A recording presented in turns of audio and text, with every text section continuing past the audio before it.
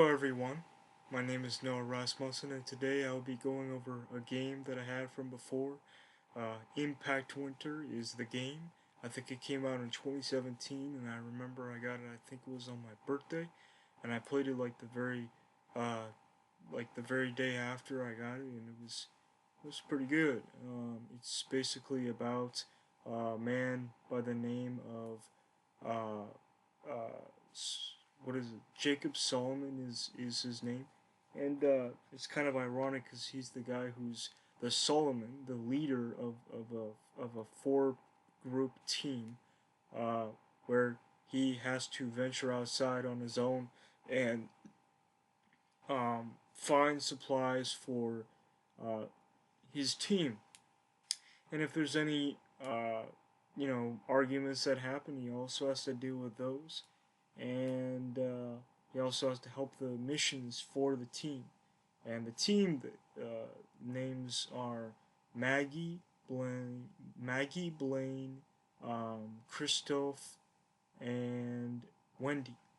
Um, Wendy deals with the idea of cooking and baking and stuff like that. Blaine deals with the ideas, with the craftsmanship of um, like making traps for like rats and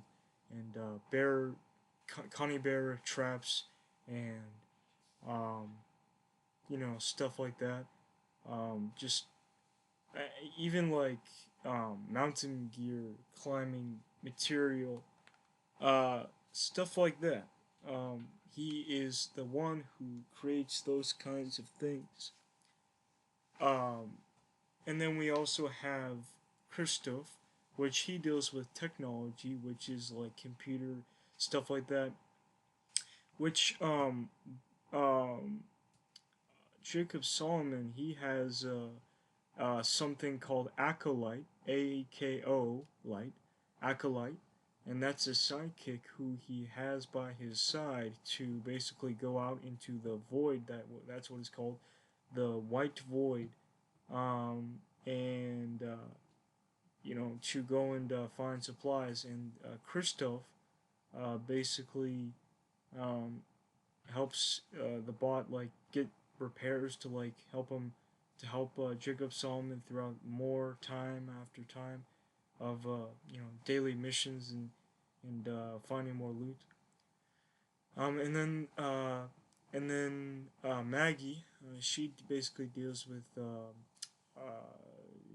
handy tools, kind of jobs, kind of a job.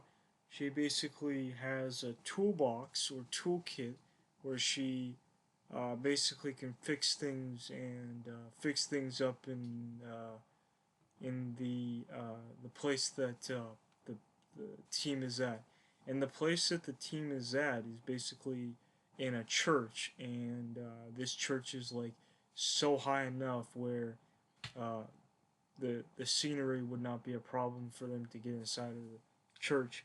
They basically have a ladder to be able to get inside of the church and get out. Um, but the point is that in in this game, it's basically a post-apocalyptic, snow-filled land of just like snow all the way up to like your house, and like like even higher than that for some houses, and it's pretty interesting.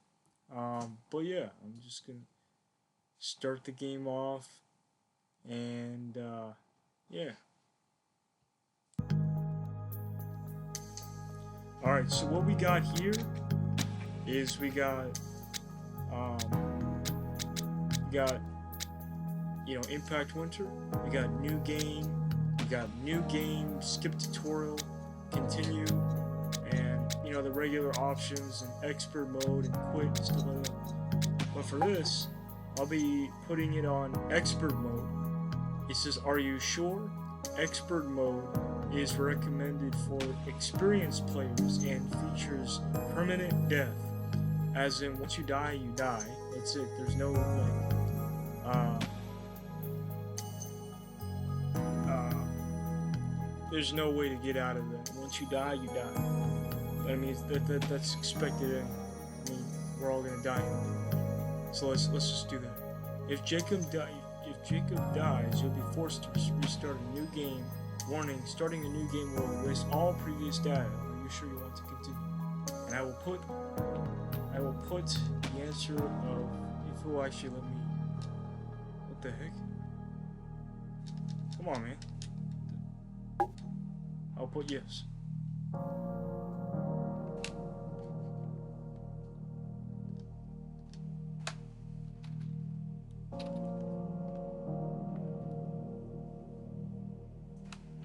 So this will be the first episode.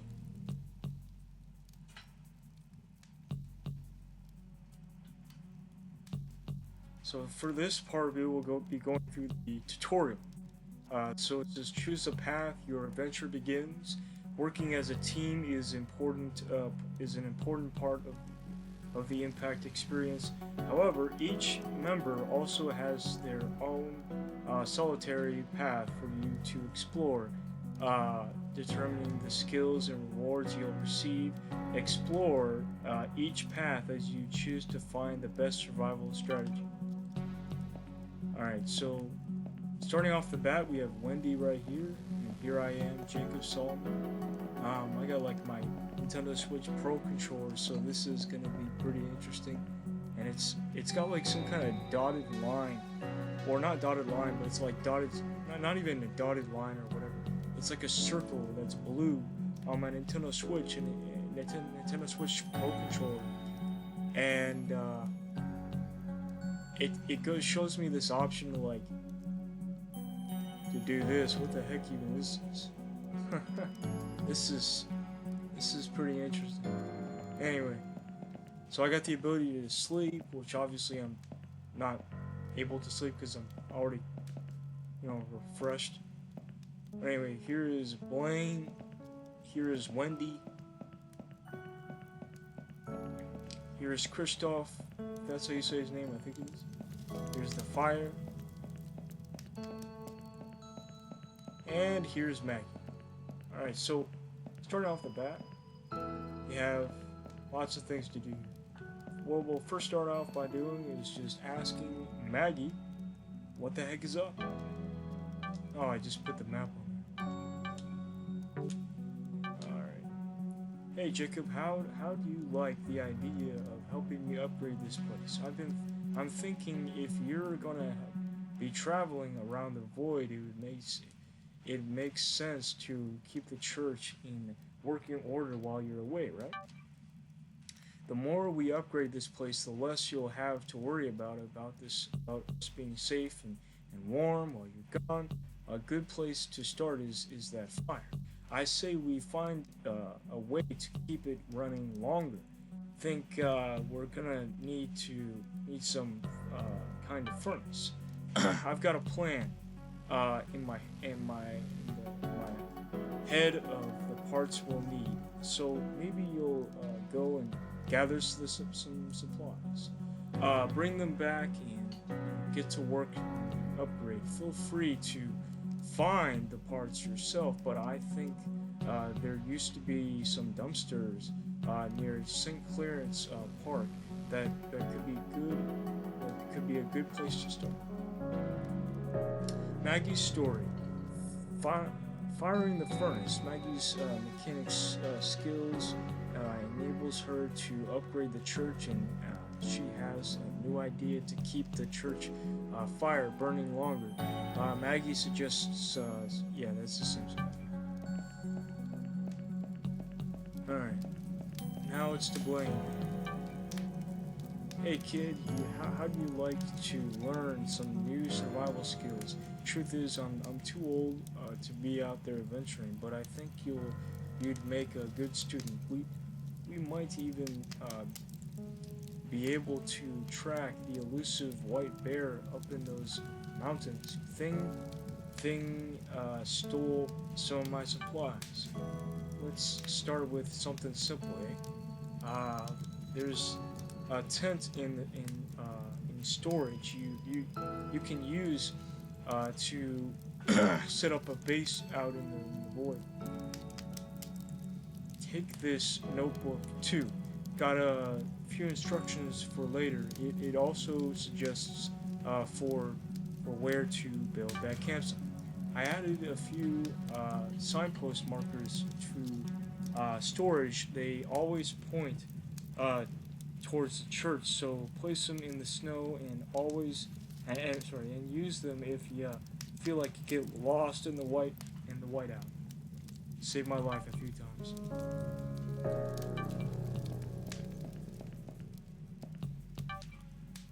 All right, Christoph. Um, Jacob, have you heard of Burtech Dynamics? 2 years ago, I hacked into their mainframe and found encrypted files for some kind of advanced robotics program. Then, after the asteroid hit, I discovered this BD-750 robot packaged in a crate close to their HQ. I call him Acolyte. The technology is unlike anything I've ever seen before. Seems to utilize some kind of advanced particle fission. Anyway, this would be a great opportunity to upgrade the Acolyte's firmware and participate in some field training. Unfortunately, I haven't been able to run many tests myself, so we'll be learning as we go. Let's start with Acolyte's sonar, scan, and thermo drill, shall we? There's Birdtech located to the north that I used as a landmark to bury some emergency components nearby. I won't tell you where I buried the components. Search around and see if you can find them. Check the crafting list and make sure you bring the correct items for firmware level 1 upgrade. And Jacob, if you have any C4 or homemade explosives, use them to blow open those Birdtech vans. I've reprogrammed Acolyte to use the van tracker devices, which should lower the rescue timer. And speaking of the rescue timer, it's basically 30 days. Jacob Solomon in this post-apocalyptic impact winter of basically snow all over the place, even higher than houses, is for 30 days of this helicopter that's gonna come by and save them. But they basically have to wait after those 30 days. But if they find like Birdtech vans, or they find some kind of particular things, then they can make the time go by faster. And then Wendy.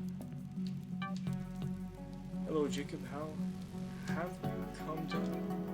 My list of recipes could do with expanding, but honestly, my mind's not what it used to be. So I could do with finding my old recipe book and getting some practice. Here's the key to my house. Take it with you and travel east to my old home on Maple Street. Open inside, and you'll be able to use that key to unlock any room. If you can find my recipe book and bring it back, I should be able to expand my cookery list.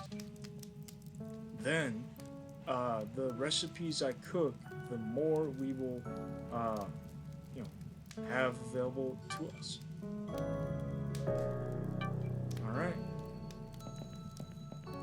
So it seems like that is the pretty good base understanding of what's going on here. So we got the tent, and we had a couple things that we had to go and get from there. He said to go and get the tent, but also this Blaine said to go and get the tent, but also get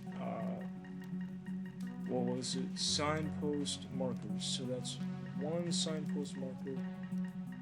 And what else should we take? We should take some waters, just in case. Antibiotics. Let's take some antibiotics, just in case. Let's take some chicken soup. Why not? Let's do that. Maybe, yeah. Let's just leave it like that. But yeah. And then it's really good to like give them what they need. So like this is the area where you can like feed them and give them what they need for water's sake, and food's sake. I always like to just fill it up with as much stuff as I possibly can, so that there's no possibility that they can, starve themselves. Because if you don't really fill this thing up, then they won't really get fed, which is just how the game works and how it's programmed or whatever. Yeah. So this is Kristoff's area right here, and that's Acolyte right there, and you just basically take that bot out there, do its thing, and it'll help you out. And this is Maggie's area, the workbench and stuff like that.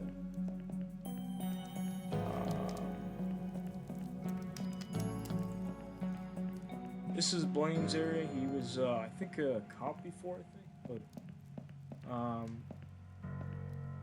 Jacob Solomon is like 40 years old, and he used to have like a daughter, and all his family basically died off and stuff like that. But this is, so he's kind of like closer to Blaine's age. But this is Blaine's area, and I think this is he was a sheriff or something. But anyway, here's Maggie's. Sorry, not Maggie. Here's Wendy's place, basically just to cook the food and get stuff ready. But yeah. That is the tutorial. Just given the basics of what the game of the tutorial has to offer. Alright. I will be back for more.